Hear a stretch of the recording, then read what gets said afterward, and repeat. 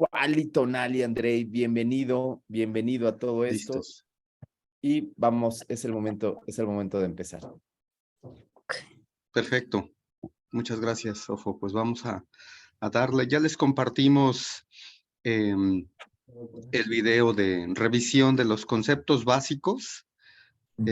Tuvieron oportunidad, bueno, esperamos que todos hayan tenido oportunidad de revisar esa información y que es nuestro primer ejercicio presencial, pues sirve para ir mirando cómo es que como grupo, somos un grupo muy numeroso, logramos llevar a la agenda personal, ¿no? Cada una de nuestras tareas.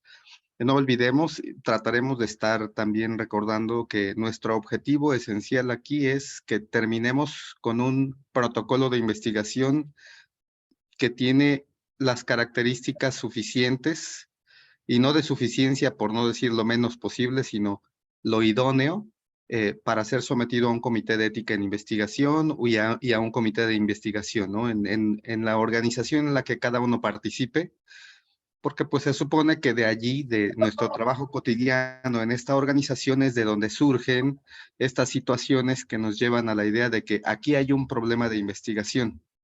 Y tendríamos también que partir de la reflexión de, es un problema que se resuelve con la investigación clínica, es decir, hay que montar un proyecto de investigación porque eso no es como tarea sencilla. O solamente se tiene que implementar un proceso y mirar los resultados. Vemos con frecuencia en otros ejercicios que hemos tenido de acompañar a amigos como ustedes en el diseño de preguntas de investigación, que a veces la duda es cuál es el resultado de que yo implemente esta maniobra, ¿no? Una maniobra quirúrgica, un tratamiento nuevo, un dispositivo diagnóstico nuevo, y no sabemos cuál será el resultado, pero decidimos implementarlo porque hay información disponible que demuestra que sería benéfico, o sería más barato, o sería más simple, o sería más seguro para nuestra población. Y entonces tenemos que implementarlo, pero no existe una auténtica duda acerca de si sirve o no, si beneficia o no, si es de riesgo o no. ¿Sí me explico? Entonces, creo que es el primer punto del que tenemos que movernos, de nuestra cotidianidad acostumbrada a hacer prescripciones, particularmente a hacer prescripción. Heidi, gracias. Hacer prescripciones, por ejemplo, de antiepilépticos, ¿no? De repente tenemos, por disponibilidad, por costumbre, por guía de práctica, la rutina de prescribir tal cantidad en dosis, en distribución de un antiepiléptico o una combinación de antiepilépticos, y resulta que hay un cambio en el comportamiento o en el resultado esperado. Y ahí uno podría decir, bueno, probablemente este no es el tratamiento adecuado, este fenómeno fisiopatológico no está siendo compatible con el recurso terapéutico que yo estoy aplicando ahora. Hay más descontrol de los epilépticos, hay más estados epilépticos, y empiezo a cuestionarme si esa intervención terapéutica es realmente una fuente de duda en cuanto a lo que yo estoy implementando, ¿no? Y entonces, así es como empieza uno a generar la idea de que hay un problema que tiene que investigarse, pero no necesariamente estamos en el umbral de que un protocolo de investigación deba ser montado y organizado para responder esto. Nuestro primer paso siempre es consultar la información disponible, y pues en esta última década casi todo se ha venido a la digitalización. No es en la antigüedad, pero en la década pasada todavía había cierta contienda entre la información impresa, la que yacía en repositorios como bibliotecas, y la información digitalizada. Hoy prácticamente no se genera información impresa, sino antes ya se ha podido digitalizar. Y esa es una gran ventaja, pero a la vez es casi como una maldición, ¿no? Porque es un océano de información, es un océano de información. Ni siquiera sabemos si esta que estamos leyendo proviene de un contexto parecido al nuestro, de si es del todo aplicable o no, de qué sujetos de estudio proviene, cuán confiable es la información que el investigador o grupo de investigadores realmente convirtió en un artículo para ser publicado. qué hubo entre el fenómeno estudiado y la publicación. Entonces, a todo eso nos enfrentamos ahora que sí, ya hay demasiada información, pero incluso se rebasó la cantidad de la información que uno puede procesar, asimilar y llevar a su campo clínico. Así que bueno, pues los desafíos siempre están presentes y nuestra propuesta en este arranque es que reflexionemos acerca de esto. Vamos a ocupar estos minutos para que nos compartan su opinión acerca de este planteamiento que hacemos de el problema que nos representa, cómo cada uno ha ido tropicalizando en su lugar este planteamiento que hacemos de qué problema se topan ustedes con su problema de investigación. Hoy, después de revisar el video, después de reflexionar la necesidad de integrarse a este diplomado, ¿tienen una idea concreta de pregunta de investigación con alguna anatomía, con alguna diferenciación entre las variables que queremos comparar, asociar, relacionar? ¿Tiene alguien alguna idea concreta? Demos estos minutos para que nos compartan. Podríamos partir de quienes han abierto sus cámaras. Doctora Anet, doctora Julieta, doctora Liliana, doctor Ledesma, doctor Víctor, Nidia, muchas gracias por estar. Fernanda, doctor Jorge, compártanos su opinión. Vamos a arrancar. ¿Qué les provocó ese primer video? Bueno, si quieren empiezo yo. Claro, María Fernanda, por favor. María Fernanda. Sí, es correcto. Ay, no sé qué, ya. Pues no sé, o sea, digo, yo lo vi y aparte leí el artículo que nos dejaron y como que sí se me esclarecieron un poco cuestiones respecto a los temas, si querías que fuera como cualitativo, cuantitativo, incluso te orientan, incluso para decir, bueno, vas a hacerlo cualitativo, bueno, tienes que usar este tipo de estadística, tienes que enfocar de esta manera tu pregunta, o va a ser cualitativo de esta otra manera, ¿no?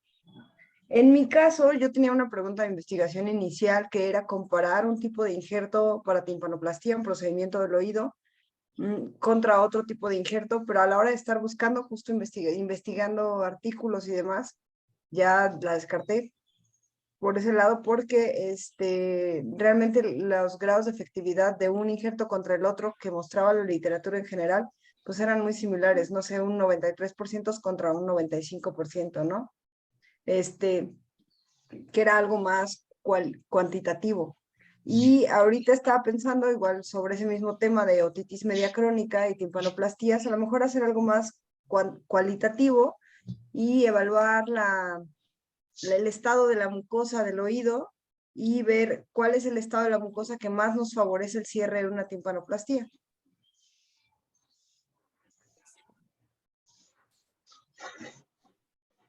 No escucho. Está silenciado su micrófono. Con micrófono es más fácil, seguro, decir algo, seguro nos dijo algo importantísimo, Mari. Seguro estaba ya dando la solución al problema. Pero ya lo dije, lo siento. Me lo perdí. Justo es el ejemplo, ¿no? De cómo decíamos, este es otro ejercicio reflexivo que hacemos en cuanto a, ¿estamos frente a un horizonte o a un límite del conocimiento, ¿no? O sea, todos traemos nuestro horizonte enfrente y el de cada uno es particular. La forma y el color de lo que vemos depende de lo que hemos podido aprender, experimentar y construir, ¿no? Con conocimiento, les decía hace rato, a veces no sabemos exactamente de dónde viene ese conocimiento y por el hecho de estar en un artículo, plasmado en un artículo, en una población, en una revista que pudiera ser de cierto prestigio, no necesariamente garantiza que sea información tan verdadera, ¿no? O que esas verdades tienen su caducidad conforme pasa el tiempo y conforme las poblaciones modifican su comportamiento.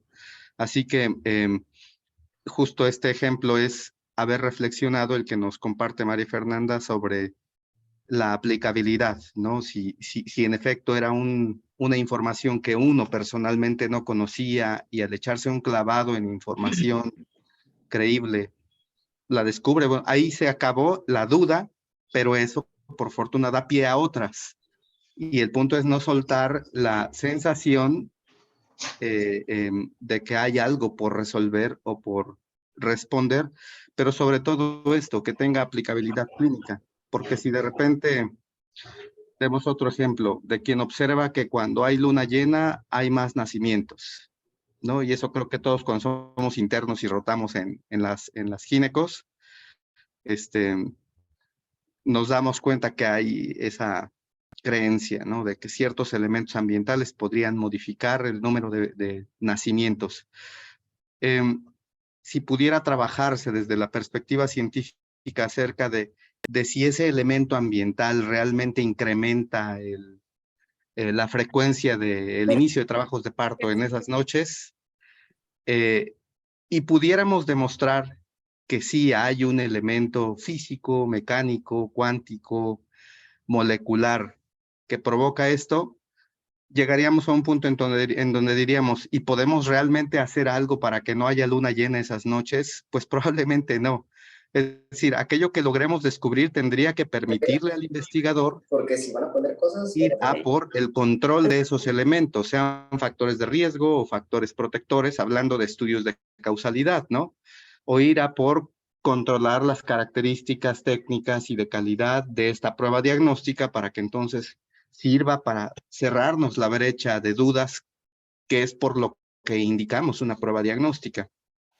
Y que es llegar a este otro concepto que decíamos de ir diferenciando desde que uno va pensando, este es un problema de investigación porque ya busqué y no hay información suficiente y realmente es una duda que me asalta y que afecta o que me deja incompleto en mis intervenciones diagnósticas, terapéuticas o pronósticas, entonces tengo que montar un proyecto de investigación, es ubicarlo en una de estas dos grandes cestas, ¿no? El de si lo haré en un enfoque de causalidad o si lo haré en un enfoque de pruebas diagnósticas, que son como los grandes campos en los que nos movemos, los clínicos, y que de repente también, decíamos, nos puede seducir o atraer la idea de meternos al terreno de lo molecular y de decir, voy a identificar por qué tengo el recurso aquí, porque hay kits disponibles, porque hay equipo disponible, porque tengo un patrocinador o un tutor que se dedica a la ciencia que ahora piden que ya no sea ciencia básica para que no suene disminuido, sino ciencia biomédica. Y es esto, el trabajo de laboratorio a nivel molecular, que no es denosto de parte de uno hacia ese campo, sino es decir, que uno a veces se mete tanto en el terreno de decir el polimorfismo, la variante genética de estas características, en efecto, incrementa el riesgo de padecer cáncer en la adultez. Por lo tanto, pues cuidado con ese gen, ¿no? Pero probablemente no pueda trasladarse ese conocimiento al hecho de que a toda la población se le pueda buscar ese gen y entonces evitar que discurra por un estilo de vida que sin duda lo va a tener como un paciente adulto con cáncer.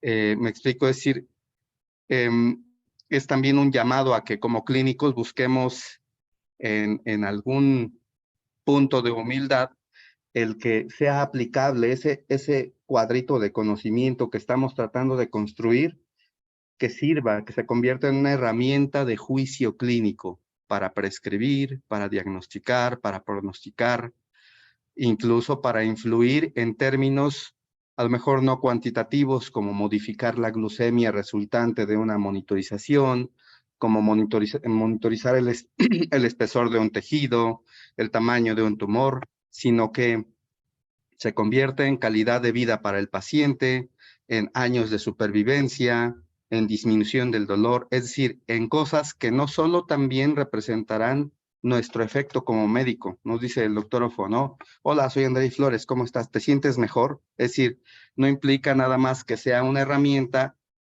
que se traslade a nosotros como personas, sino algo que termine por sentir y por experimentar el sujeto de estudio, que es al cual se debe primero nuestra duda y luego nuestra decisión de ir a buscar esa respuesta, ¿no? ¿En qué términos decíamos buscamos resultados? Pues en los términos más clínicos posibles.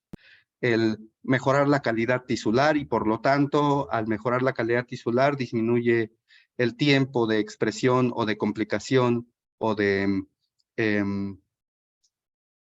no sé, deformidad, degeneración del tejido. Hablando, por ejemplo, regresando al modelo de María Fernanda, ¿no? En cuanto a que hablar de las características del tejido, diferenciar esas características del tejido como un tejido con mayor o menor riesgo de complicarse por otitis media crónica, nos permitirá tomar una decisión distinta como, bueno, si identifico este tipo de tejido, tengo que ser más apegado con el control, o debo usar desinflamatorio en este y en este otro no, etcétera, ¿no? Es decir,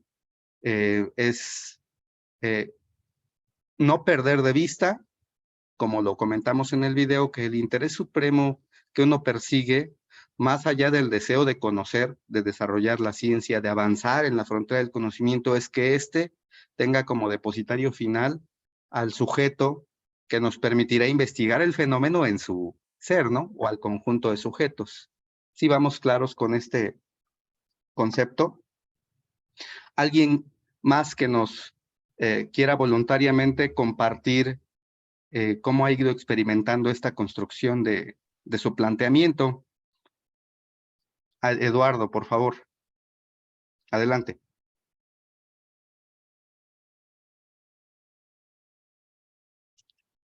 Falta abrir el micrófono, Eduardo.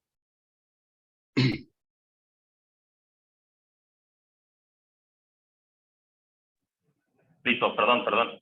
Adelante, adelante. Bueno, realmente a mí me sirvió inicialmente porque mi pregunta de investigación inicial creo que era algo de lo que se habla, de lo que nos platicó, que es esa pregunta dicotómica, ¿no? O que muchas veces la tenemos, pero es una respuesta sí y no.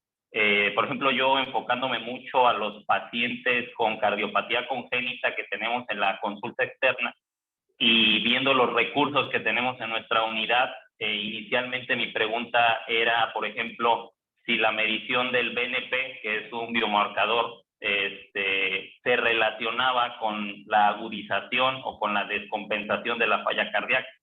Entonces, ya entendiendo este planteamiento, ahora me doy cuenta que pues la respuesta es sí o no, se relaciona, pero realmente ese entrar más en el tema es como que replantearse. Por ejemplo, ahora pienso que igualmente en ese tipo de pacientes que nosotros tenemos, que por ejemplo puedo tener 40 pacientes, un listado de 40 pacientes, y saber que tengo disponibilidad solamente para operar esta semana a 2 o 3 de esos 40 pacientes, entonces comenzar a pensar que este biomarcador pudiera ser una medición u otro factor que yo puedo tomar en cuenta para decidir la prioridad en la que estos pacientes, digamos, podrían ordenarse o priorizarse para que recibieran con mayor prontitud la cirugía, y los otros que quedaran después, también de acuerdo a esta estadificación, podríamos decirlo,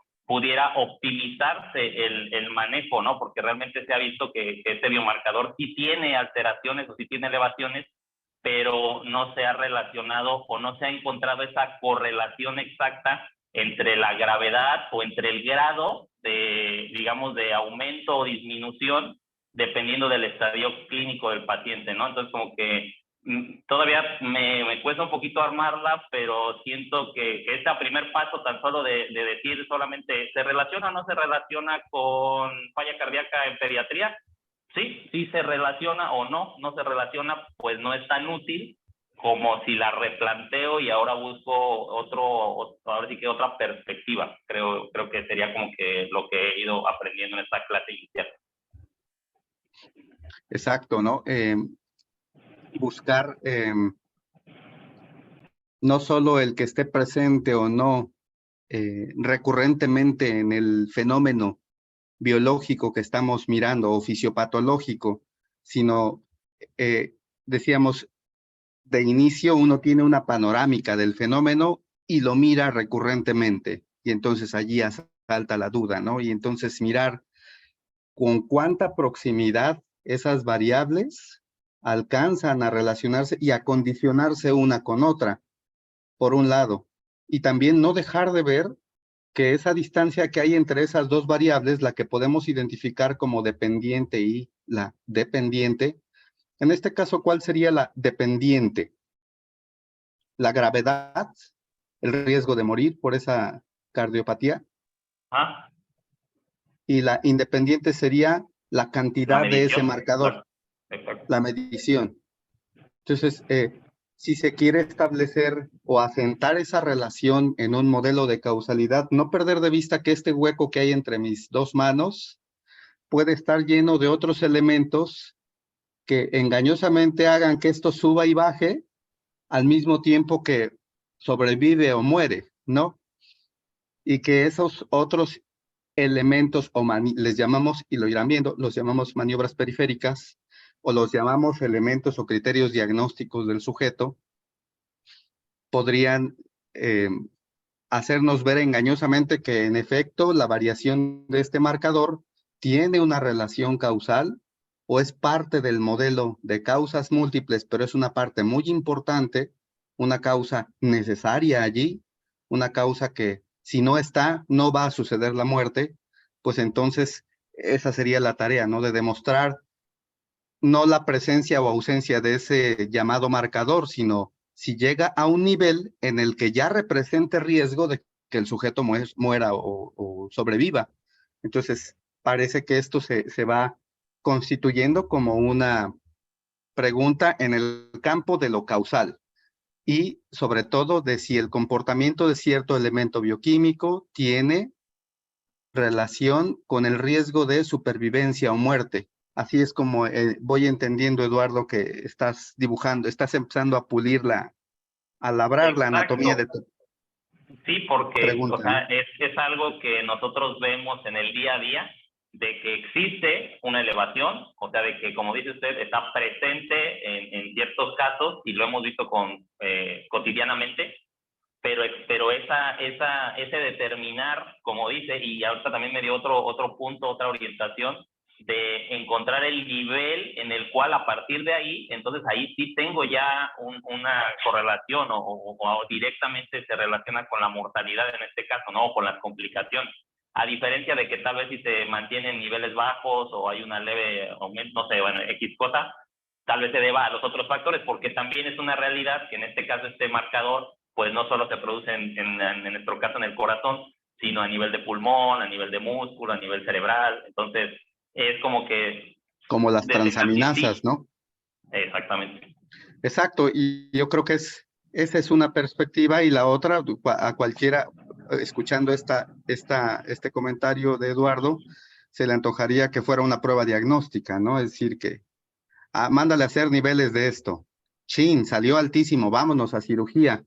Pero el paso preliminar es demostrar que está dentro del modelo causal y que el número suficiente de veces que se ensaye la presencia, buscar la presencia de esta sustancia en esos niveles es dato inequívoco de que el riesgo de mortalidad es alto. Entonces, hasta ahora lo sigo entendiendo dentro del enfoque de lo causal y de estudiarlo con un conjunto de variables que estén igual relacionadas, igual ya documentadas, por ejemplo, otro tipo de marcadores bioquímicos, cierto tipo de variables hemodinámicas, las que ayuden a construir se llaman modelos multivariados, o sea, son conjuntos de características, cada una con un peso que en conjunto constituyen un 100% de riesgo de morir o sobrevivir, ¿no? Entonces, ver si tiene el peso suficiente como para que sirva de elemento que permita anticipar esa situación y que les ayude a intervenir con más premura, no porque otros no tengan derecho de intervención, a propósito de que hablaremos en su momento de los aspectos éticos, ¿no? Sino porque justamente están tratando de priorizar de una lista muy grande de intervención y que estamos en un sistema de salud que tiene sus límites asistenciales, ¿no? Sus límites de recursos. Yo creo que este es un ejemplo de cómo un problema asistencial, un problema gerencial en sí, de manejo de recursos, es otro de los campos de surgimiento de un problema de investigación.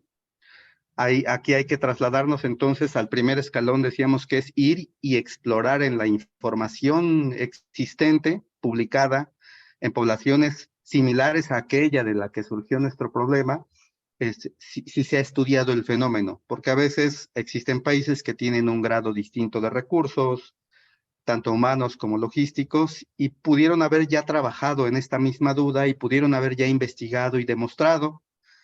El que exista esa respuesta parcial todavía nos deja el pendiente de, ok, pero ¿es esta información aplicable a mi población? Es decir, aquella población estudiada fue también pediátrica, fue también de ciertas características nutricionales, de cierta proporción entre géneros, etcétera.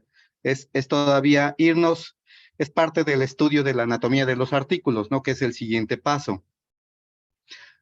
No porque en el título diga, porque en el título del artículo esté nuestra variable dependiente e independiente, digamos, no, pues ya se respondió, ¿no? Bueno, voy a revisar la información de manera crítica y juiciosa para saber si realmente está respondida mi pregunta, por un lado, y por otro, si es trasladable a la población de la que nació mi inquietud.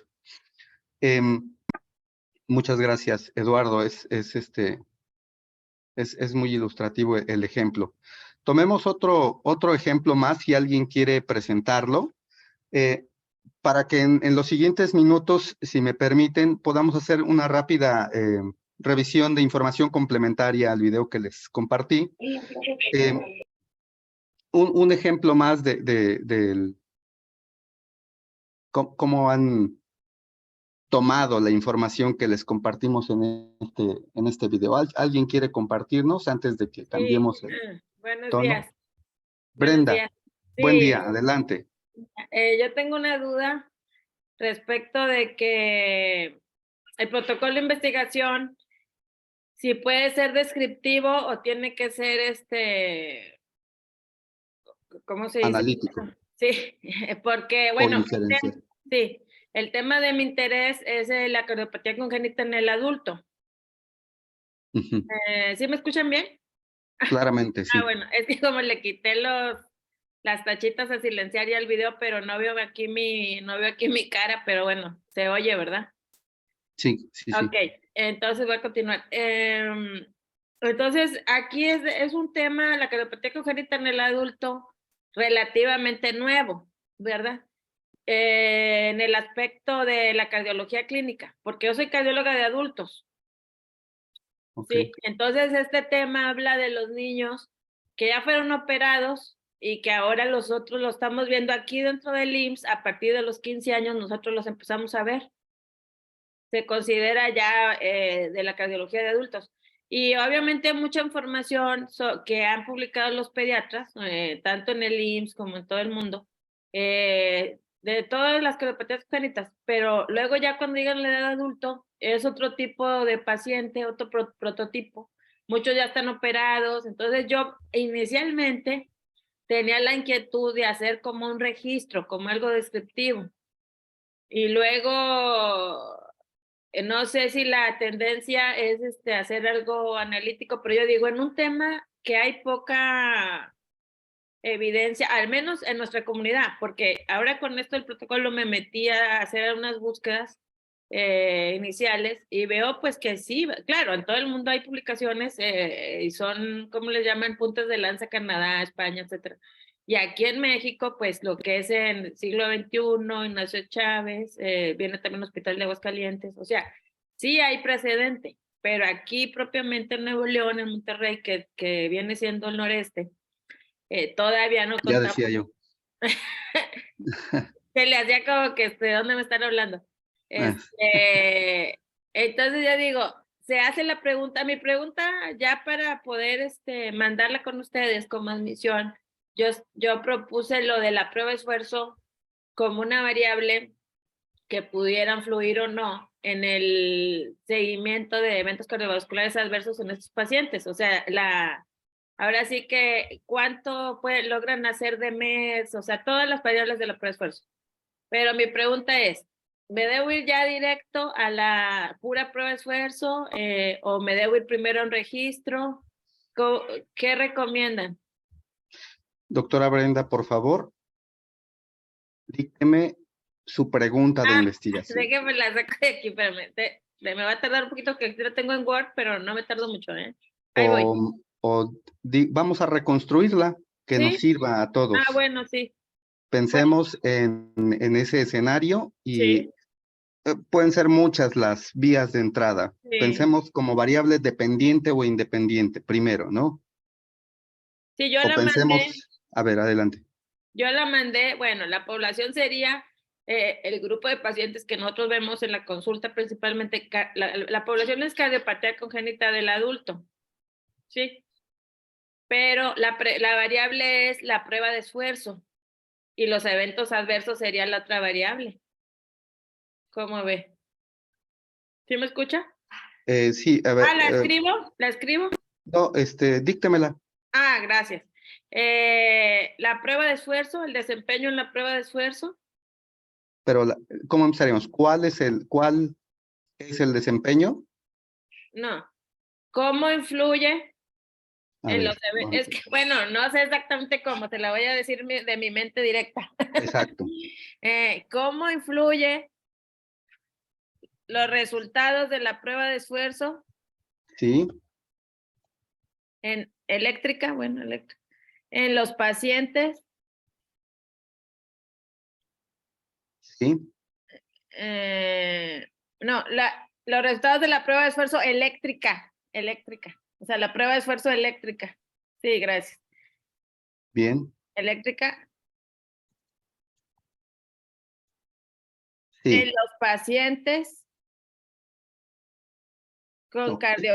en los eventos cardiovasculares adversos, perdón. En los eventos cardiovasculares adversos que Empecemos con lo que nos encanta, ¿no? Abreviar. Eventos cardiovasculares adversos. en los pacientes con cardiopatía congénita del adulto, o sea, esa es la población. En la adultez. O sea, sí, es que al grupo se le llama, o sea, así se le llama al grupo en todo el mundo, cardiopatía congénita en el adulto. O adultos con cardiopatía congénita. También, sí, Ok. también. Sí, Sí, ya en porque esta etapa de sensibilidades, ¿no? Personas viviendo con cardiopatía, pero los ubicamos como sí, adultos que nacieron con una cardiopatía y bueno, ya al demarcarlos diagnósticamente los caracterizaríamos en cuanto a su grupo de edad, el sexo, el tipo de cardiopatía, el tipo de cirugía al que fueron sometidos, supongo, la comorbilidad cardiovascular que pudieron o no desarrollar asociada a la cardiopatía y otros ejemplos. Y la pregunta de usted es, ¿cómo influyen los resultados en los pacientes? en los Dice, eventos. O en sea, los eventos, no sé si cierto. la palabra sea influyen o son determinantes o creo que Ajá, hay una técnica que nos van, algo de sí, que nos va a claro, dar más adelante el claro. modelo arquitectónico, ¿verdad? El diseño arquitectónico, exactamente. Plantándonos en ese enfoque del diseño arquitectónico, tenemos a un estado basal que son sujetos adultos con cardiopatía congénita, en lo Sí. general. Y nuestra maniobra va a ser evaluarlos a través de la prueba de esfuerzo Sí, y diferenciarlos en cuanto a presentar o no un evento cardiovascular adverso. O sea, existe un sí, ente clínico que está bien delimitado, bien característico, que se llama evento cardiovascular adverso. sí. Y va a comparar si el salir positivo o negativo o salir, no sé, en algún grado, en qué tipo de resultados arroja Sí. una prueba de esfuerzo eléctrica. Bueno, arroja cambios en la frecuencia cardíaca, en la presión arterial. Los METs se evalúan como METs, pero sobre todo es si realmente pueden realizar cuántos METs. O sea, hay gente que te puede realizar 3 METs, gente que 7, que 4, que 10. O sea, aquí por METs. METs conté. Ajá, Sí, ok. METs realizados. O sea, los METs realizados es como quien dice lo más importante, es como si sacaras en un examen 20, 40, 70, 80 o 100. O sea, los que más bajo sacan sería 2 METs, por decir. Y los que más alto, pues 10, 12, 14 METs. Por ejemplo, yo tengo ahorita pacientes que hacen 10 METs en la prueba de esfuerzo. Entonces, de manera personal, estos pacientes, los familiares, los limitan mucho en ejercicio. O sea, es algo como paternalista, ¿verdad? O sea, los papás, de hecho hay síndromes psicológicos de estos niños que le llaman paciente vulnerable, que ellos quieren hacer cosas como, por ejemplo, jugar fútbol y las mamás no los dejan. Quieren subir una escalera, no, porque estás enfermo del corazón. Entonces, de hecho, a mí me salió mucho la inquietud de esto de la consulta, porque yo veía que, no, es que él no lo dejamos hacer esto, no lo dejamos estudiar, no lo dejamos trabajar, entonces, la limitante. Por eso digo, son muchas las ideas y ya aterricé en Claro. la prueba de esfuerzo, pero incluso ahorita yo les estoy haciendo prueba de esfuerzo, claro, de manera, todavía no están en el en una No análisis. con fines de investigación, claro. Sí, pero me pareció muy importante porque creo que puede cambiar cómo se les trata, cómo los familiares los tratan. Y Es así los trabajos, porque como una un familia, elemento clínico objetivo que les diga, ya déjelo subirse la escalera las veces que quiera, déjelo exactamente, nadar. Eh, Entonces, esta pregunta sobre hasta donde la alcanzo a enfocar es, ya se tiene una prueba diagnóstica con cierto conocimiento sobre su desempeño, pero no se ha aplicado en el campo de saber si predice o no eventos cardiovasculares adversos. ¿Es correcto? en la En este bibliografía. grupo de pacientes. Sí, Ajá. en la bibliografía encontré algo similar, parecido, que dice que los dividen en 3 grupos, bajo, mediano, alto riesgo, para ver si los permiten, si los permiten algunos operarse, etcétera. Y se basan entre otras cosas, en prueba de esfuerzo, nada más dice si normal o anormal. O sea, sí hay un precedente en la bibliografía mundial. Pero con la dicotomía normal y normal. Sí, dice prueba de esfuerzo Considera ir normal. a más. Sí, los consideran bajo riesgo o alto riesgo incluso. ¿Cómo quisiera enfocarlo, doctora Brenda, en esta otra dicotomía de Sí, vamos a mirarlo como un elemento dentro de un conjunto de causas para que uno sepa si es un elemento que nos permite predecir o pronosticar evento cardiovascular adverso o no, o lo quiere enfocar en comparación con otras pruebas diagnósticas que puedan servir como un elemento para pronosticar o no? sí. Cuando uno tiene la prueba en sus manos, positiva o negativa, y voltea a ver al paciente, los valores predictivos nos permiten mirar si es cierto o no, es decir, qué tanto es cierto que esta prueba sea positiva o negativa. Y por el otro lado, si uno tiene al paciente con el estado clínico y la sospecha de si tiene o no la enfermedad, se sirve de la sensibilidad y la especificidad para ver si esa prueba realmente nos está confirmando lo que clínicamente sospechamos. Desde esta perspectiva del médico pidiendo una prueba, usamos sensibilidad y especificidad.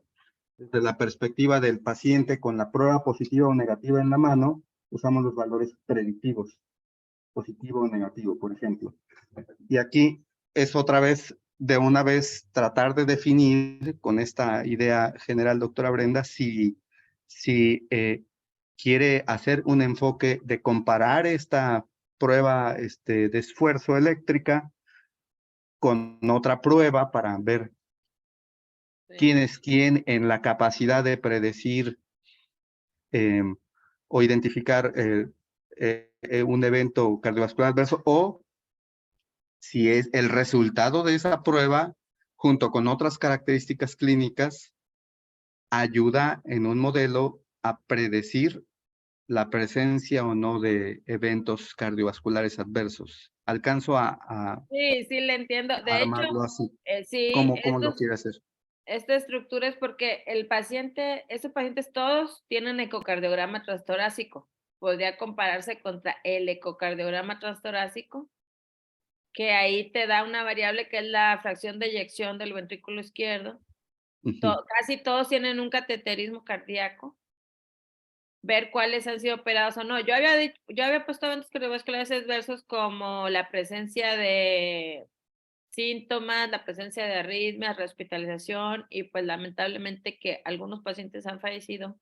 Recientemente falleció un paciente de estos pacientitos que que tienen alrededor de 30 a 35 años y que en la literatura mundial la sobrevida se estaba teniendo con este diagnóstico en 30 años de edad.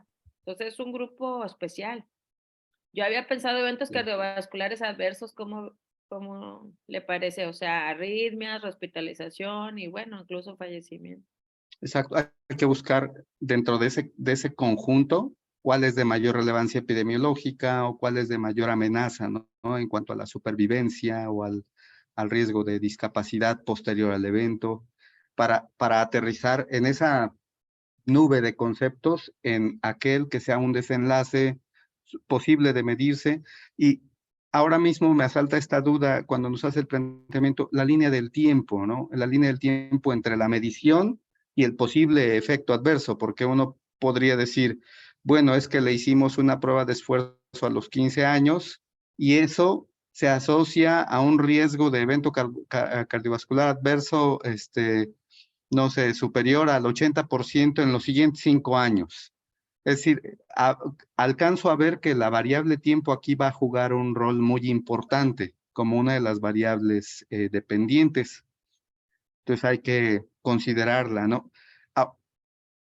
Para Eso me retomar parece, esto, sí, me escucho. parece una desventaja porque, por ejemplo, ¿cuánto tiempo voy a poder seguirlos? ¿Un año? O sea, el tiempo es algo que la verdad se me hace, no sé todavía cómo afrontar el seguimiento en el tiempo. Claro, y a veces uno tiene una magnífica idea de investigación y dices, aquí está el Nobel, ¿no? Y resulta que no es factible porque no alcanza el recurso, porque el tiempo no alcanzaría para hacer la cohorte suficiente de seguimiento y demostrar lo que queremos. Aquí tampoco se trata de que encontremos suficientes pretextos para no hacerlo, sino de justamente ir dibujando esta trayectoria y siempre estar, ser realistas en cuanto a lo factible, porque también hemos acompañado a amigos en estos cursos que tienen ideas fantásticas, pero terminan en el tintero porque ya los comités de investigación, ellos mismos a lo largo del desarrollo del proyecto dicen no es que sea fumado, sino es poco realista porque no voy a tener el recurso para seguirlos o el equipo, o no habrá suficientes pacientes en un periodo a propósito de esto, de 2 años, porque muchos de ustedes terminarán con la decisión de vamos a por la maestría, porque en 2 años podré hacer este proyecto, este protocolo lo convertiré en mi proyecto ya desarrollado y tendremos 2 años para responder. Entonces también ir mirando que sea un problema de investigación que tenga, ya hablaremos de la justificación, pero que tenga esa característica de factibilidad para acotarse en un periodo no mayor a 2 años. Aunque después la idea más chida y más reveladora la desarrollen ya cuando son maestros en ciencias, ¿no? Es decir, ese problema, si no se ha respondido para entonces, podría aguardar. Pero mientras sí ir mirando que el proyecto de investigación que uno va a desarrollar en este diplomado tenga ese carácter realista de poder acotarse al menos a 2 años de trabajo, ¿no? No pierdan de vista este detalle. El acrónimo PICO no cabe aquí, ¿verdad? Porque no vamos a hacer una intervención, o sea, no estamos estudiando o indagando acerca de un proceso terapéutico. El acrónimo PICO, a propósito de ir y buscar en la literatura la información disponible, y si está disponible, después es si es creíble o no, y después de si es creíble o no, es si es traspolable o no a la población en la que estamos. ¿Se respondió la pregunta? Listo, qué felices somos. ¿No se respondió? Tenemos el compromiso de desplegar un protocolo de investigación que llene ese hueco de información. Entonces, los otros acrónimos, de hecho hay varios y son solo eso, acrónimos, no son reglas inamovibles, son solo para ayudarnos a darle orden a los componentes. Este es otro enfoque, distinto a pensar solo en variable dependiente o independiente, distinto a pensar en si es causal o de prueba diagnóstica, aunque se parece porque el PECO es para estudios observacionales, en donde la E es de exposición. Pero no estamos hablando aquí, por lo que veo, de una exposición, porque los sujetos tienen en sus características basales la condición de cardiopatía, hasta donde alcancé a entender. Entonces, nada más se va a mirar acerca de si son susceptibles o no en el tiempo de presentar un evento cardiovascular adverso, y de si una prueba diagnóstica nos puede ayudar con su capacidad predictiva para ese fenómeno. Lo entendería así. Entonces, si estamos en el terreno de las pruebas diagnósticas, en pacientes, la prueba innovadora, si es que quisiéramos compararla con la capacidad de predecir, por ejemplo, la fracción de eyección ventricular contra la prueba de esfuerzo eléctrica, el estándar, que lo acabamos de mencionar, y aquí para fines de acrónimo es ocupar el término sensibilidad, que en este caso, por ejemplo, ocuparíamos los valores predictivos tanto positivo como negativo.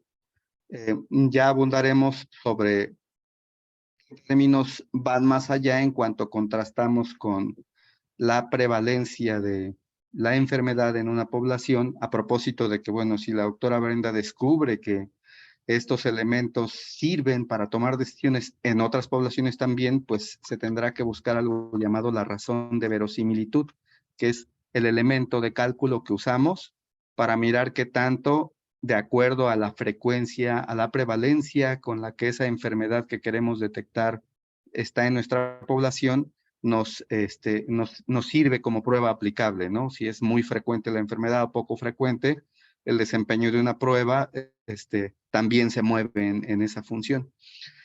Así que con este acrónimo tendríamos que ir a los buscadores, y es nada más aterrizar que estos acrónimos nos sirven solo para eso, para tratar de ordenar en nuestra mente los elementos y no perder de vista los importantes, que son las variables dependiente o independiente. O sea, no perderlas de vista en nuestra búsqueda, porque pues, los buscadores, como son sistemas semiautomatizados que tenemos que alimentar, van priorizando, van jerarquizando los términos por cómo los metemos. Entonces, siempre que metamos a una plataforma de búsqueda, tenemos que mantener esa jerarquía en los términos. Pues de otro modo, los busca en un orden que nos arroja artículos que nos pierden más, ¿no? Alguien se dio ya la tarea de ir y tomar su acrónimo, tratar de construirlo y explorar algunas de las plataformas que ya conocían o algunas de las que les sugerimos. Ay, perdón, antes de pasar a Mariana, sí, discúlpame, estaba levantada la mano. Adelante, Mariana. No se preocupe. No, nada más justo, yo quería aportar un poco a la pregunta que está planteando Okay. la doctora. Yo soy química, pero mi área de desarrollo de trabajo siempre ha sido farmacovigilancia. Entonces, sí estoy familiarizada un poco con los eventos adversos, ¿verdad? Claro. Y algo que quisiera aportar es justamente eso, ¿no? Que a lo mejor en esa parte de especificar qué tipo de evento adverso, más bien, ¿qué queremos determinar, no? La frecuencia en que se presentan los eventos adversos, qué tipo de eventos adversos, por ejemplo, justo como decía, nosotros los tenemos clasificados como leves, moderados, severos, ¿no? Donde los leves son estos que se presentan con signos y síntomas, pero se resuelven fácilmente y no requieren un tratamiento farmacológico. Los moderados, aquellos que no interfieren con las actividades cotidianas, que no necesitan que se suspenda el tratamiento y que probablemente requiera o no un tratamiento farmacológico, y el severo que sí interfiere, que requiere un tratamiento farmacológico y la suspensión del tratamiento que lo causó. Entonces, ese aspecto creo que podría sumar al protocolo o a especificar más la pregunta. Y la segunda es, como usted decía, lo de causalidad. Por ejemplo, nosotros utilizamos de manera indistinta el término evento adverso y reacción adversa. O sea, evento adverso es cualquier síntoma desfavorable posterior a la administración del medicamento, pero no necesariamente es atribuible a la medicación. Y la reacción adversa ya comprobó su causalidad. Entonces, está padre también, por ejemplo, poner qué quiero determinar, el evento adverso o la reacción adversa. Y si quiero determinar la reacción adversa, voy a necesitar un algoritmo de evaluación de causalidad. Entonces, Claro. Y yo creo que eso está en el campo de la intervención terapéutica, ¿no, Mariana? sí, bueno, más bien Sí, es más bien con la información que tengo disponible, porque nosotros también como farmacovigilantes es muy difícil hacer una evaluación de causalidad. O sea, la claro, prueba más grande que tendríamos sería hacer como un de-challenge, re-challenge, o sea, quitarle el medicamento y volvérselo a administrar. Esto no es ético, ¿no? De hecho, exacto. los re-challenge son, pues, de manera fortuita, pues se le volvió a dar el medicamento y volvió a presentar la O reacción adversa. clandestinos. Sí, pero no sería ético que si ya presentó una reacción, yo se lo quite y se lo vuelva a dar a ver si la vuelve a presentar. Pero es más bien evaluar los elementos, la información clínica que tenemos y ver hasta dónde podemos llevar esta evaluación de eventos adversos o reacciones adversas, sí. Claro, bueno, está aquí el comentario de Mariana. Muchas gracias para que lo tropicalice la doctora Brenda. Yo pienso que otras disciplinas usan esa expresión y es verdad, es como ya está apropiado a la farmacovigilancia, como debe ser, pero alcanzo a entender que aquello que los cardiólogos describen como eventos cardiovasculares adversos quizá no obedezcan, salvo la aclaración, a una intervención, sino a evolución adversa, ¿no? Una evolución adversa que no obedece a una intervención quirúrgica, sino a la historia natural de la enfermedad, aunque no lo sé. Ahora, escuchando esta postura de la química mariana, probablemente esos eventos adversos vistos como reacción a una intervención farmacológica, no sea cualquier cardiotrópico o vasotrópico que utilicen, sí podría detonarse como precipitarse causalmente como una reacción a un tratamiento, ¿no? Y parte de la evolución. Pero todo este bagaje de información es parte de lo que se tiene que amasar para identificar justamente cuál es el punto que se está tratando de demostrar sin perder de vista que aquello que obtengamos como conocimiento final tenga una aplicación en nuestro bagaje clínico, ¿no? En el acto médico. Así que bueno, pues aquí vamos a compartir muchos conceptos y aprender. Muchas gracias, Sí, Mariana. sí, porque justo más allá de ser como purista o de venir a corregir a alguien, justo es aportar, porque creo que lo que más me gusta es ver estos protocolos que tienen que ver con la seguridad de un medicamento, porque al final creo que hay muchos medicamentos que pueden tener una misma, y ahí yo ya me meto en problemas porque me empiezo a usar de manera indistinta, ¿no? Esto de la eficiencia, eficacia, etcétera, que lo vi en el video, pero muchas veces pueden tener un mismo desempeño terapéutico similar, pero a lo mejor el criterio de decisión sobre qué tratamiento puedo utilizar va a ser cuál sea más seguro. Exacto, exacto. Gracias. Y no siempre tenemos esos términos claros porque no están descritos o definidos, se obvian o uno mismo es parte del horizonte del conocimiento de uno, ¿no? Más que un No, desconocimiento general. y Em, gracias. no, al contrario, Mariana, gracias. Quiero compartirles estas láminas complementarias y cerramos con... Se mira la pantalla gris con letras amarillas. Búsqueda sistematizada de información, porque decíamos, ok, pude delinear la anatomía general de mi pregunta como una frase interrogativa que incluye en sí algún gesto, algún rasgo de causalidad o de dirección entre una variable dependiente y una independiente, o puedo de ella sustraer una población de interés, una intervención, cómo o qué quiero comparar, sobre qué resultado, o una exposición, diferenciarlos por una exposición para con un resultado como un evento adverso cardiovascular, como un evento adverso farmacológico. Y entonces ya es clara mi idea interrogativa. Y ahora no sé exactamente si esa información ya está allí esperando por mí en el mundo de información o realmente estoy en la frontera. Hay un par de Ok, gracias. Ya vimos un poco de estos elementos y tendríamos que ir entonces con suficientes elementos de análisis para echarnos un clavado en ese mar. Es decir, tenemos que saber qué pescar. No podemos ir y sacar basura del océano, aunque pues es lo más fácil ahora, ¿no?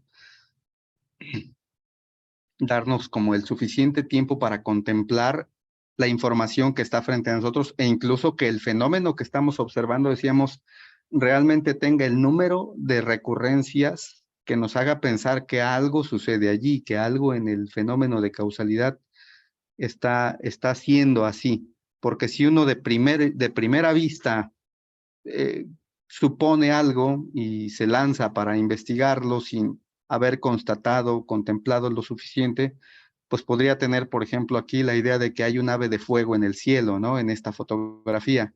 Y no es un ave de fuego, sino una erupción volcánica en un paisaje nocturno. Entonces, teníamos que haber dadonos cuenta de que es un paisaje nocturno, que es un lugar donde hay un volcán y que había actividad volcánica. Entonces, pues que eso que a simple vista pareciera ave de fuego, no lo es. Y así nos pasa con los fenómenos clínicos, como el de la luna llena, por ejemplo. Y el tiempo, hace rato justamente hablábamos del tiempo, de que esta variable tan peculiar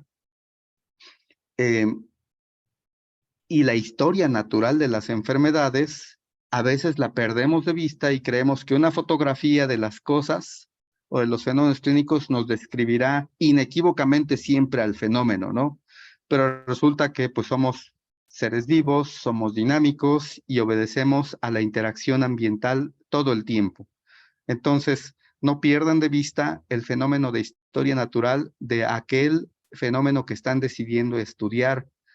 Esta es una fotografía tomada en una exposición larguísima y bueno, en una fotografía con otro tipo de obturador que capte rápidamente la información, pues se verán como las estrellas típicas, pero si se modifica el modo en el que uno dimensiona el tiempo y lo traduce en imágenes, por ejemplo, pues es que se miran como rayitas las estrellas cuando al final ambos son fenómenos lumínicos, ¿no? Aquí es nada más hacer esta metáfora de que el tiempo es relativo y que no lo debemos dejar de contemplar en los fenómenos que estudiamos porque son fenómenos clínicos que proceden de seres vivos y que somos tiempo dependientes.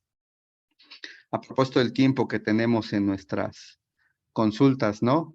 Es el típico que intenta explicar su chiste, pero bueno, ¿cómo te está yendo? Le dice el médico, y esto hace el paciente, ¿no? Pero como es la consulta de la UMF 735 y hay otros 80 pacientes allá afuera, no le da tiempo de decir, excelente, súper, muy bien, nos vemos. No le dio tiempo de decir, doctor, se me pegaron los dedos con el coda loca. Y es eso, el tiempo que tenemos para explorar el fenómeno clínico no siempre es el ideal.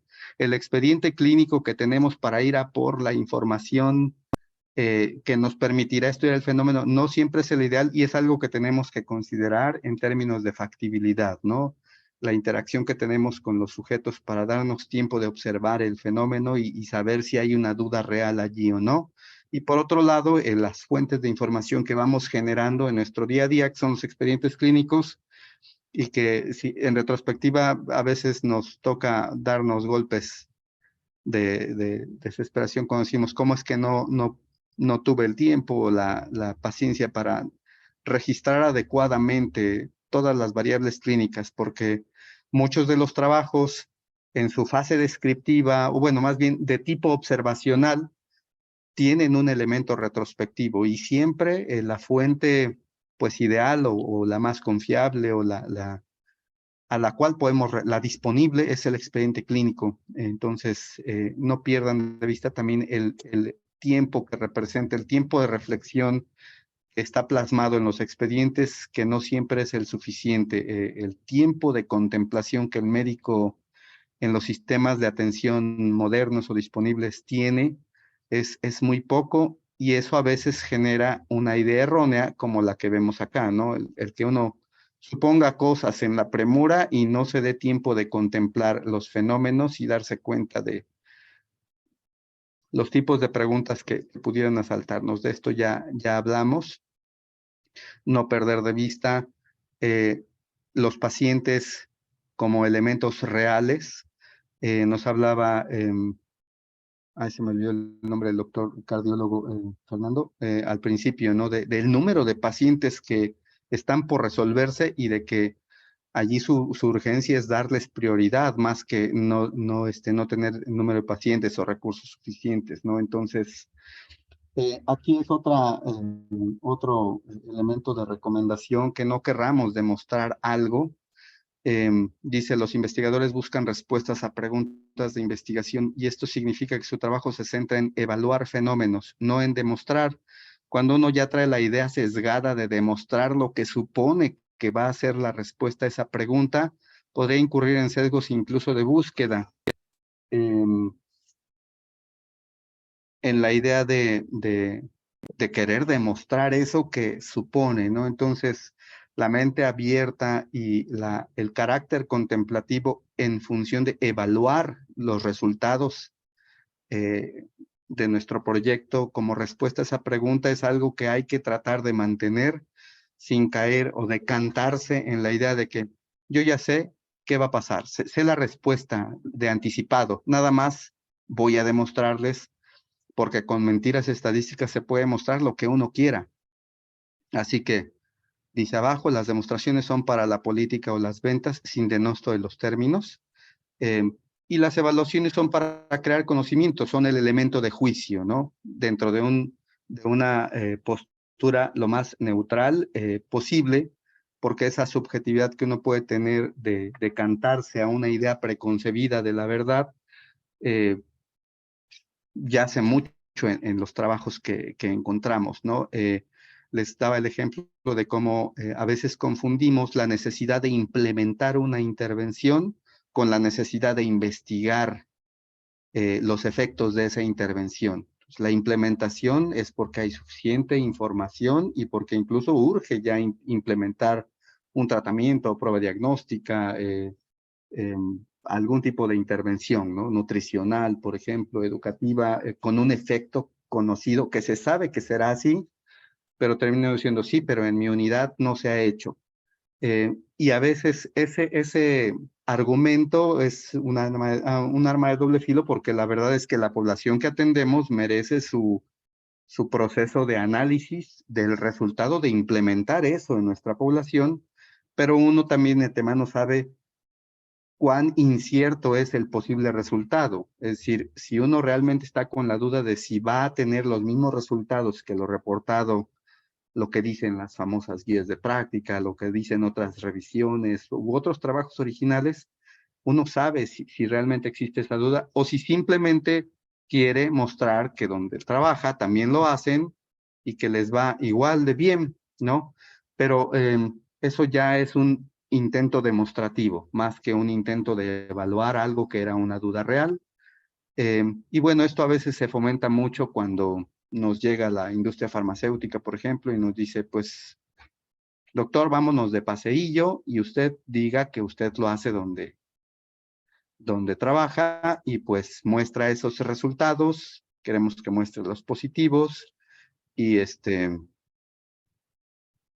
viajará por el mundo con nosotros diciéndolo así, sin que necesariamente sea un conocimiento que fue más allá de la frontera, sino simplemente el resultado de una implementación que no pretende controvertir, sino solamente demostrar.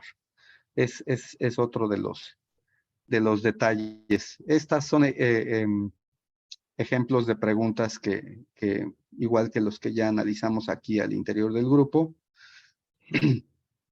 Y nada más recordarles, les decía, lo de la jerarquización de los términos, que es importante siempre anteponer en nuestra búsqueda el elemento dependiente, o sea, el desenlace que estamos buscando, porque ese es como el eje alrededor del cual rota nuestra duda, y que sumemos o diferenciemos con los booleanos, el and, el or o el not, que igual en los descriptores en salud o en las bibliotecas virtuales en salud en español usan los mismos booleanos, no se usan sus traducciones. El y, el o, el no están adaptados para las búsquedas.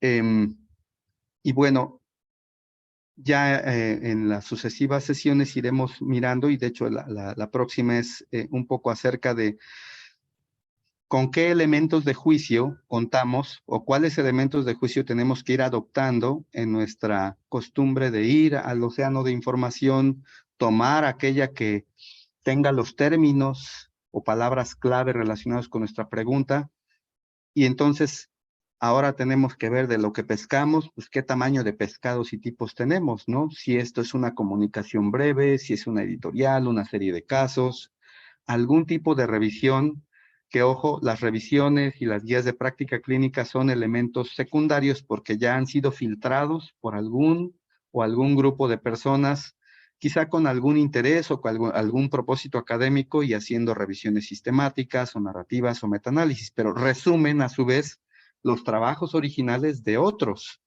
en muchos contextos, ¿no? Y hay riesgo de sesgo del análisis de esta información y bueno, entonces, decíamos, tendríamos que contar con instrumentos que nos ayuden a al menos identificar de manera rápida lo idóneo, lo creíble y lo aplicable de esta información al problema que nos ocupa. No es sinónimo, revisión sistemática y metaanálisis de repente es hasta parte de la jerga presuntiva que uno usa, ¿no? Antes era encontré un artículo, ya no era, lo leí en un libro, ¿no? Qué arcaico irse a un libro, cuánto tarda en salir un libro y esa información seguramente ha caducado. Bueno, cada uno tiene sus clásicos y los libros nunca van a pasar de moda definitivamente, pero como repositorios de información que sea vigente, tienen que ser complementados por información no necesariamente impresa ayer, pero que sí vaya a la par con la época en la que estamos viviendo, con el tipo de recursos, de decisiones, de población a la que se está atendiendo, y por eso se acude ahora más a publicaciones periódicas, por ser información de más actualidad, pero decíamos, ni lo más nuevo es lo mejor, ni lo más acaparante, hablando de las revisiones sistemáticas o metaanálisis, son lo mejor. Es decir, no tendríamos que categorizarlos como mejores o peores, sino como los útiles. Si no perdemos de vista a nuestra población, nuestro objetivo y la idea de trasladar un conocimiento a algo aplicable, no va a ser problema el tipo de fuente en la que nos basemos. Y bueno, es nada más tener elementos que nos permitan agilizar la revisión y esas van a ser las guías de revisión que dependiendo del tipo de fuente se van a revisar como Consort, Prisma, Start. Se me va ahora de la mente las otras, pero en la plataforma Equator están y las van a revisar con el doctor Rivas para que otra vez tengamos esos instrumentos que nos permitan ir discriminando entre la información que nos va a ser útil y que a lo mejor nos lleva a responder nuestra pregunta. Los niveles de evidencia en cuanto al rigor metodológico que se pueda presumir se utilizó para integrar esa publicación es algo que no tenemos que perder de vista y que hay mucho escrito al respecto, pero otra vez, no es la característica de la publicación en sí como lo más importante, sino la carnita que nos va a servir a nosotros, ¿no? O sea, puede haber un pez flaquillo que nos dé la sustancia que buscábamos y un pez gordo que no nos dé nada más que la idea de que no va a ser útil. Entonces, si uno de repente va y solo busca ensayos clínicos, podría terminar en la frustración de ver que la población que se estudió allí no es aunque la pregunta que responde sí es parecida a la nuestra, la población terminó siendo tan impoluta, tan pulcra, tan súper controlada que no termina de responder cómo se comportaría en la vida real la población que estamos estudiando, ¿no? Y probablemente dé pie a que sí decidamos ir por un modo de experimentar y resolver nuestra pregunta. Y bueno, particularmente mi idea en cuanto a que esto es piramidal, pues es relativo, respetando que es una cúspide y una base. Las opiniones de los expertos es cierto que sirven para ubicarnos en el campo, pero pues hay mucho sesgo también en las características de quién se pueda definir como experto o no, pero la verdad es que son fuente de mucha información que, igual que un ensayo clínico que está en la cúspide por el alto rigor metodológico y control de las variables, tiene que ser filtrado en términos de aplicabilidad y traspolabilidad hacia nuestra información. Así que no se trata de escupirle las opiniones de expertos y de solamente dejar pasar estudios, sino de saber que todos estos modos de publicar el conocimiento o el saber en ciencias de la salud está disponible y debemos conocer las herramientas para que ninguno de estos, cualquiera que sea su categoría, nos distraiga o nos pueda desviar, por engañoso que sea, ¿no? Es tener una forma sistematizada. A propósito de que los ensayos de repente son como la élite de la información, saber que existe esta información, el 35% de las conclusiones de un trabajo original, cuando uno vuelve a aplicar el método que se publicó allí en ese ensayo, no se puede rehacer. Le llaman a esto la crisis de reproducibilidad de la ciencia, ¿no? Y hay cada vez, ahora con las redes, más información de que se truquea la información, las bases de datos, se rellena. Es decir, hay muchos aspectos éticos en el manejo de la información y de los participantes mismos que, bueno, por fortuna cada vez se va cerrando más la brecha entre lo que se dice y lo que se puede demostrar realmente cuando se ha dicho. 70% de los investigadores incluso han fallado en reproducir sus propios resultados. Y eso, bueno, nos puede llevar a asociaciones espurias, ¿no? Hay muchos ejemplos muy sonados como el de las vacunas y el autismo, por ejemplo.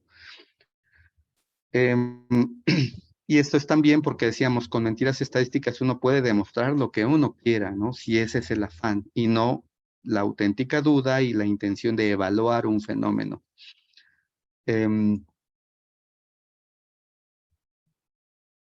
Hay a veces a modo acomodados los desenlaces o los objetivos, porque uno necesita implementar un recurso terapéutico que hay que mover, porque hay que prescribir, porque tiene que salir de allí, de las farmacias, porque aunque no es el más seguro o el más efectivo, pues es el que es disponible, y entonces uno empieza a tener allí ciertos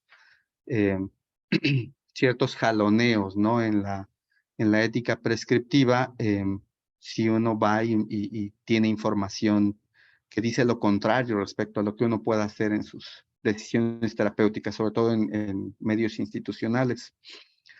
Y bueno, cuando uno mira que hay una información disponible, compatible con nuestro problema de investigación, ya afortunadamente existen elementos en las redes como bases de preregistros, ver si hay congruencia entre lo que se preregistró. Es decir, muchos de los ensayos clínicos que ahora se muestran, o de los trabajos originales siendo cohortes, por ejemplo, ya yacen en una plataforma de preregistro. Por ejemplo, estos protocolos que ustedes están construyendo ya se pueden registrar en una plataforma y dan pie a que uno pueda mirar desde cuándo el investigador planificaba ese protocolo, qué decía el protocolo en original y cómo terminó la publicación del resultado de ese proyecto de investigación. Y esa congruencia advierte que cuando nació ese problema de investigación, dio lugar a un protocolo que se mantuvo fiel a esa forma o duda original, o siguió ese hilo causal y después la respondió. pero también a veces se encuentra uno con que el preregistro no tiene nada que ver con la publicación, porque lo que se encontró no era lo que se quería demostrar, y entonces, bueno, pues se cambia por otro desenlace intermedio ahí, valga la expresión, pitero le dicen, ¿no? Es decir, como que intermediario, pero como más llamativo o más de corte positivo, y bueno, pues esa discordancia entre lo que se planeaba cuando se preregistró y lo que se demostró, positivo o negativo, es lo que justamente le da esta transparencia al trabajo de construcción de la ciencia en ciencias de la salud y en otras. También hay que sabernos las medidas de relevancia clínica para no atorarnos solamente con los términos diagnósticos en sí, sino con aquello que uno toma para traducirlo. Uno no le habla en PES al paciente, ¿no? Sino en probabilidades de tantas personas como usted, tantas enfermarán, tantas morirán, tantas se curarán, en una intención explicativa, ¿no? De los fenómenos y de sus desenlaces. Revisar la veracidad de las citas. Y bueno, hay modos en los que un artículo, cualquiera que sea su complexión, un ensayo clínico, un original, una corte, una serie de casos, tienen una anatomía general por convención de las publicaciones, ¿no? El resumen, la introducción, los resultados y la discusión. Y bueno, una sugerencia de revisión rápida publicada en esta revista es para que no sea el de por sí poco tiempo que tenemos para revisar ese mar de información, hacernos esta recomendación de que tomemos del resumen y de la introducción, dice, tratar de sustraer justamente la pregunta. Si en el resumen y la introducción de ese documento la pregunta no alcanza a verse, probablemente estamos frente a un trabajo de eso, de corte demostrativo y no evaluativo. Entonces, si allí no yace una pregunta clara y sobre todo compatible con la nuestra, es poco probable. Ahora, en cuanto al tipo de respuesta que uno espera, hay que ir y trasladarse a las figuras y a las tablas. Por eso, la relevancia, y también lo veremos, de que cuando uno planifica el análisis estadístico y el modo en el que acomodará sus resultados deben tener forma de tablas y figuras. Un artículo que tiene el número suficiente, no entre más tablas y más exhaustivas, mejor.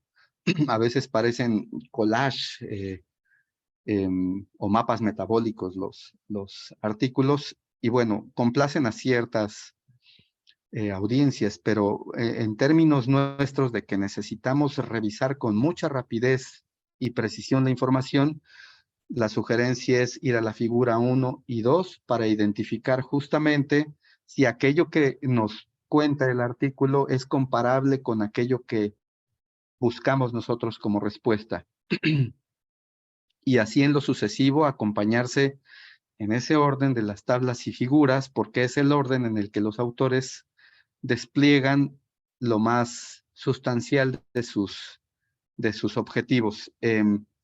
No empezar por las conclusiones definitivamente y no llegar a ese componente de la discusión y las conclusiones, sino antes hemos podido echarle un vistazo rápido a las figuras y tablas y hacer sobre todo eso, el ejercicio comparativo. Le llaman el método QPC de inquirir, presumir y comparar los resultados que podríamos tener en comparación con los que muestran en sus tablas, y entonces ya utilizarlo en nuestra tabla de resumen, que es, por cierto, parte de las tareas que pediremos junto con el planteamiento del problema, que uno vaya construyendo su tablita de antecedentes. Y es en este modo en el que uno puede ir construyendo rápidamente ese cuerpo de conocimiento ya existente o incluso el que sirve para demostrar que estamos frente a un hueco de la información, ¿no? ¿Qué autor, en qué año, qué pregunta u objetivo tenía para su proyecto y cuál fue su información resultante en comparación con aquello que nosotros buscamos, para que eso vaya constituyendo nuestro marco teórico? Y bueno, la propuesta es que de aquí ya partamos por la búsqueda En el video, tanto como en esta presentación, les compartíamos varias ligas. La verdad es que es un trabajo arduo y tendría uno que dedicar bastantes horas sin desesperarse en el ejercicio de ir metiendo los términos. Creo que ocuparemos otro momento cuando ya se revise el tipo de información que obtuvimos, el tipo de artículos. Les decía con el doctor Rivas, ¿para qué sirven estas hojas de cotejo que nos permitan de la información que ya seleccionamos, pues ver que sea lo más completa posible, ¿no? Así que la tarea es grande, pero la verdad es que no están partiendo de ceros. Todos los que han acudido a este grupo tienen ya una idea, tienen la experiencia, la lectura previa, y yo creo que ahorita la tarea justamente es que toda esta información que ya compartimos la conviertan en su frase interrogativa, que es la pregunta de investigación. Está ya alojado, se ha publicado, yo creo que hace más o menos una hora, la tarea para este punto, que es el de arranque, y que consistirá en redactar su pregunta de investigación. Aquí surge de inmediato el temor de que, pero ¿y si no la hice bien? ¿Y si no es la correcta? ¿Y si es incompleta? Pues es que estamos justo aquí para construirla y reconstruirla todas las veces posible. Es el elemento que más cambia, sobre todo en la primera etapa de este proceso, pero la idea es que uno se exija que tenga los términos más claros desde el arranque para que la búsqueda no sea desenfocada. Entonces, la tarea concreta son tener nuestro elemento de pregunta y que esa nos haya permitido ir a las plataformas a la que le sea uno más accesible para explorar la información disponible y sustraerla y elaborar nuestra tablita de estudios antecedentes. De allí partiremos para hacer un ejercicio de cuál fue su estrategia de búsqueda, cómo le hicieron, cómo llegaron a esos artículos y qué información obtuvieron, y acompañarlos en reconstruir esa búsqueda. Y si tenemos algún tip o alguna recomendación, la verdad es que son plataformas muy intuitivas. Todo está allí. ¿Qué quieres hacer? ¿Qué pregunta? ¿Qué tipo de artículo? ¿De qué año? ¿De qué tamaño? ¿De qué idioma? ¿De qué población? La mayoría de ellas, la que usamos porque es muy accesible y amigable, es PubMed, pero les enlistamos otras y seguro que ustedes también tienen otros repositorios. Entonces, esta es la invitación, que hagan el ejercicio de búsqueda, que construyan su tabla de estudios antecedentes y que tengan una descripción de cuál fue su estrategia de búsqueda. ¿Les parece? Para que en la siguiente charla compartamos las estrategias de búsqueda, hagamos algún ejercicio de esto y ya se pase a el análisis con listas de cotejo en mano, dependiendo del tipo de fuentes que encontrar. Estamos ahorita en la etapa de plantear nuestro problema, darnos cuenta si es una pregunta de investigación, si realmente no hay respuesta correcta, no hay respuesta, más bien no hay respuesta desarrollada, y entonces eso ya nos deja en el umbral de decir, sí, necesitamos un protocolo de información, de investigación para poder responder. Ese es el punto en el que tendríamos que encontrarnos hoy. ¿Sí? ¿Vamos claros con el proceso? Doctor Rivas, adelante, por favor. Bueno, pues ya faltan 3 minutos para terminar la clase del día de hoy.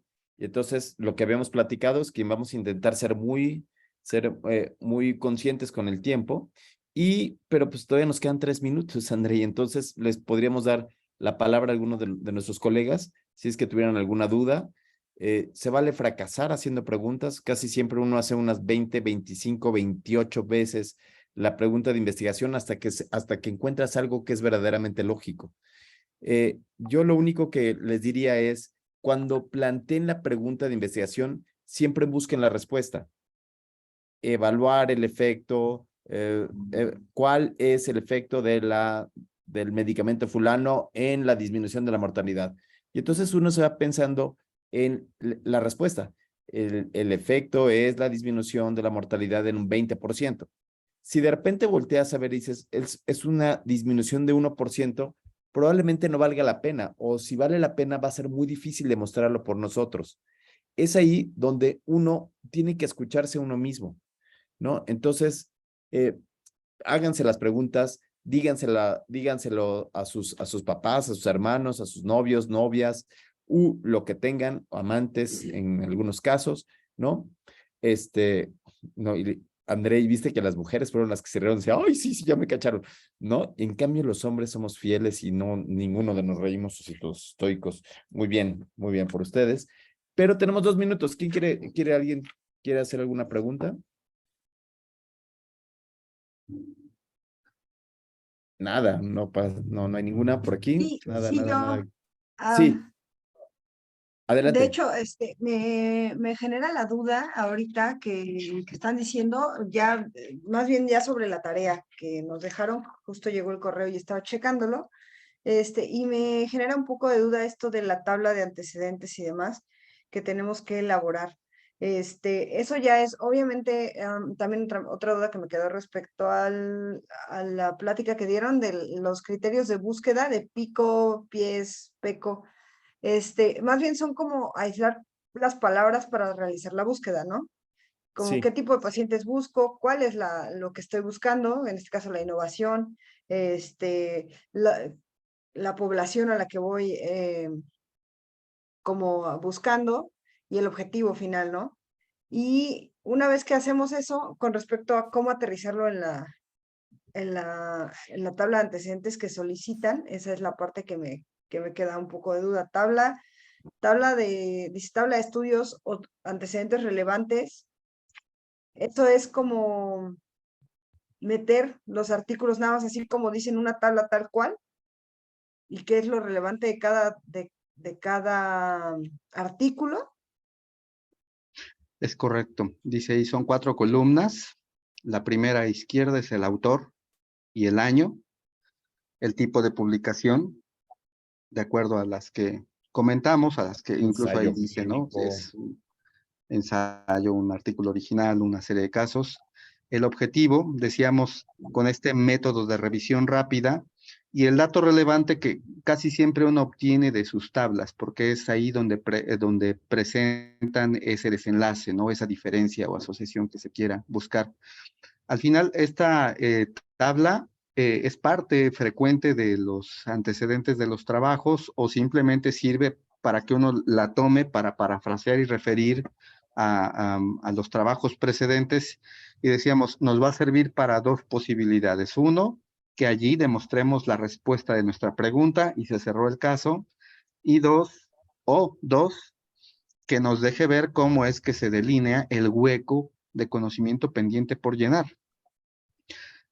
Porque esa misma tabla nos va a servir para desarrollar la justificación del estudio, ¿no? En términos de que es algo que en efecto no ha sido respondido.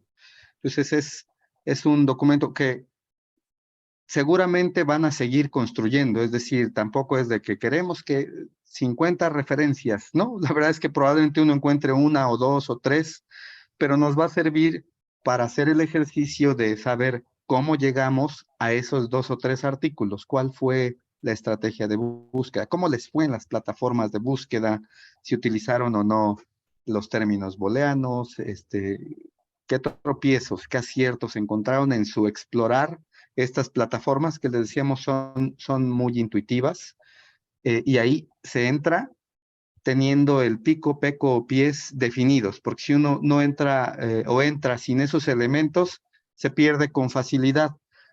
Si uno entra con esos elementos bien definidos, es más fácil que encuentre lo que realmente buscaba y ya eso da oportunidad de que esas referencias te dejan brincar a otras importantes, que son referencias de esos primeros estudios que encontraste. Así que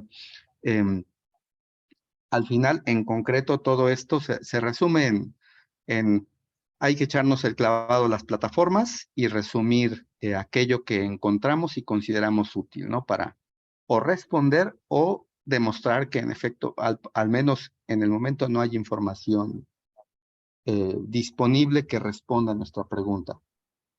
¿Sí? Ok, ¿Es claro lo que acabo de comentar, María Fernanda? sí, ya me quedó como más claro y me surge otra duda. Dicen ahí, realizar un texto explicativo del planteamiento del problema.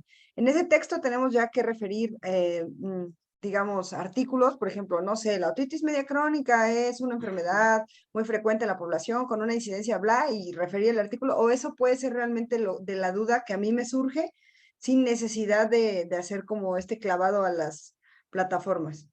O sea, ya en ese planteamiento del problema yo tengo que meter ya referencias o puede ser solo como plasmar la idea que yo tengo y ya después me voy a la búsqueda. Mari Fernanda, ¿tú eres médico o eres? Sí, soy Pues, otorrinolaringóloga y voy a trabajar Imagina- justo con otitis media Imagínate que un crónica. residente de otorrinolaringología viniera contigo y solamente te presentara la pregunta. ¿Tú qué le dirías al residente? ¿Cuál sería tu expectativa? ¿Cuál sería tu expectativa de clase? ¿Qué tan profesional quisieras tener este trabajo? ¿Qué tan alto quieres volar? ¿Qué tan alta es tu expectativa? Nosotros estamos para guiarlos, pero les quiero recordar que este diplomado es para sujetos que ya hicieron ya tienen ya están en una especialidad, ya terminaron una carrera universitaria. Entonces, la respuesta correcta, Marifer, es haz lo mejor que puedas, desde el inicio. Si lo puedes hacer con citas, hazlo con citas, haz tu mejor esfuerzo como profesionista. Tu mejor esfuerzo. Si tu mejor esfuerzo es, no me sé las cifras de otitis media en México, desconozco la magnitud del problema o no conozco cómo funciona tal medicamento, cuáles son los mecanismos fisiopatológicos para que funcione el medicamento en la membrana timpánica. Entonces, bueno, pues lo pones ahí, se desconoce cuál es, o yo desconozco, mi mejor conocimiento es que desconozco, pero lo que queremos de este diplomado es que ustedes saquen lo mejor que puedan, ¿sí? Entonces, la respuesta para esta y para las siguientes tablas es hagan lo mejor que puedan, como si fuera hoy el último día que tienen para hacer sus antecedentes. Igual y no les da tiempo y queda muy cortito, pero queda muy bonito. Pero haz lo mejor que puedas. Tú sé tu propio juez. ¿Sí? De acuerdo. Preguntaban acerca de cómo contactar al docente monitor, al DEMON. Ya de este lado de los profesores han ido accediendo a todos sus demons, van a empezar a evaluar o a aproximarse a los trabajos que ustedes vayan entregando y va a ser del lado de los demons hacia ustedes que va a haber un intento de contacto, sea correo electrónico o sea por los números que nos han dado para incorporarse al chat, para que vayan integrando sus subgrupos de trabajo. En esa dirección para que no se descontrole. Finalmente, el trabajo de acompañamiento de los demons llevará el pulso que este compañero demon pueda ir concediéndonos, ¿no? Entonces, no se desesperen al respecto. Yo retomo esto que dice Ofo, al respecto, cada uno es su propio juez, no es una competencia, tampoco los trabajos aquí van a evidenciarse por suficientes o insuficientes, sino más bien es el trabajo de uno, que no sientan ahora que entre más documentos o más texto es mejor.